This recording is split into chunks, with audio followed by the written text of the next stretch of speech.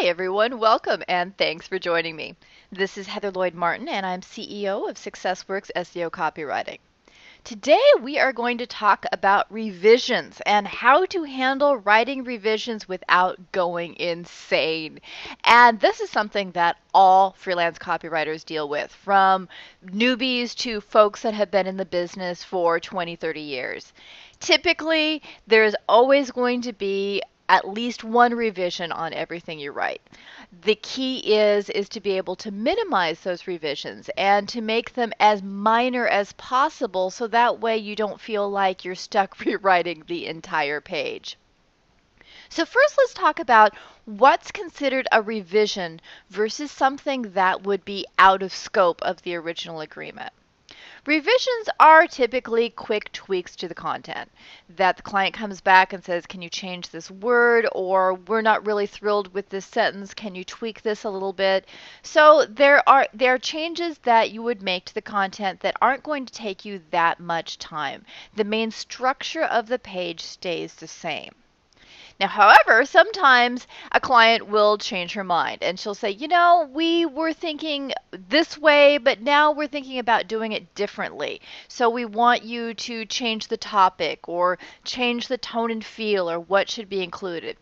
That is something that's considered out of scope. So you guys had an agreement before you started writing and then the client changed that. So that's not a revision. That would be considered rewriting a page and an additional page cost. So this is something to really clarify with your client at the very beginning to make sure they know that little tweaks are cool and that's part of the process.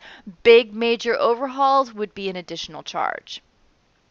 So the best way to minimize revisions is to talk to the client before you start writing and ask a lot of questions. Where a lot of revisions come into play is when the writer wasn't really clear on what the client wanted and didn't nail down the client for specifics. And so when the client read it, they thought, okay, this isn't right, and suddenly a lot of revisions come into play.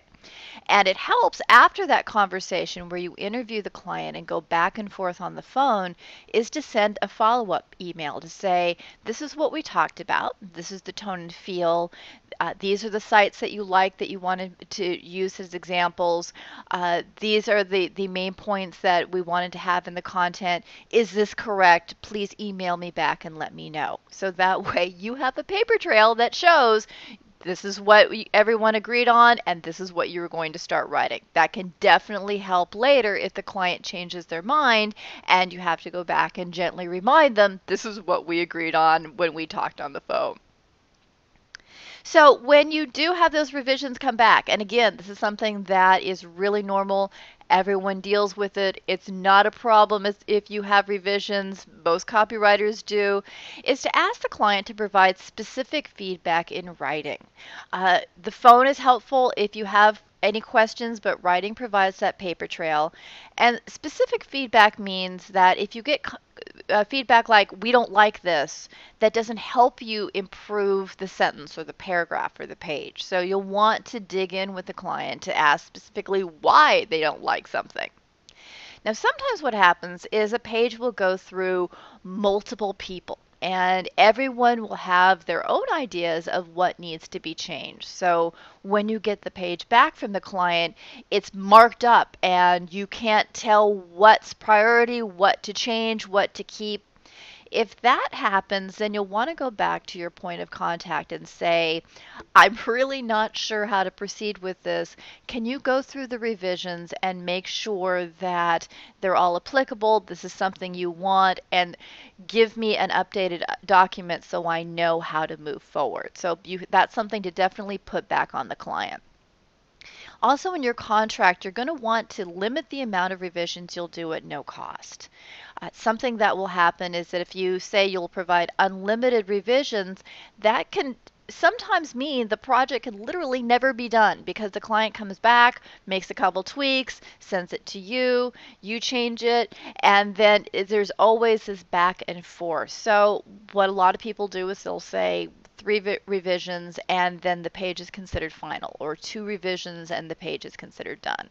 So it's whatever works best for your business model, but that's something that you definitely want to have in your contract and give the client a heads up about, so they know that when they're looking at the page, they only have a couple times to change it before they are going to have to pay for that page. So thank you very much. Again, these tips are from the Copywriting Business Boot Camp, and that boot camp is for writers that want to learn how to make more money without working so darn hard to do it. So if you'd like to learn more about it, you can visit the Copywriting Business Boot Camp page at SEOcopywriting.com. You can also sign up for my email series that provides some free tips, and that is at writeforincome@aweber.com. And also, if you want to learn more about SEO copywriting, you can sign up for free for my newsletter, and that is also at SEOcopywriting.com, and you can sign up for either daily or weekly updates. Now, if you have any questions about anything that you've heard today, or if you have ideas for future topics, please let me know. I'd love to hear from you. You can reach me at heather@SEOcopywriting.com or find me on Twitter at @HeatherLloyd. Thank you very much, everyone. Take care and have a fantastic day.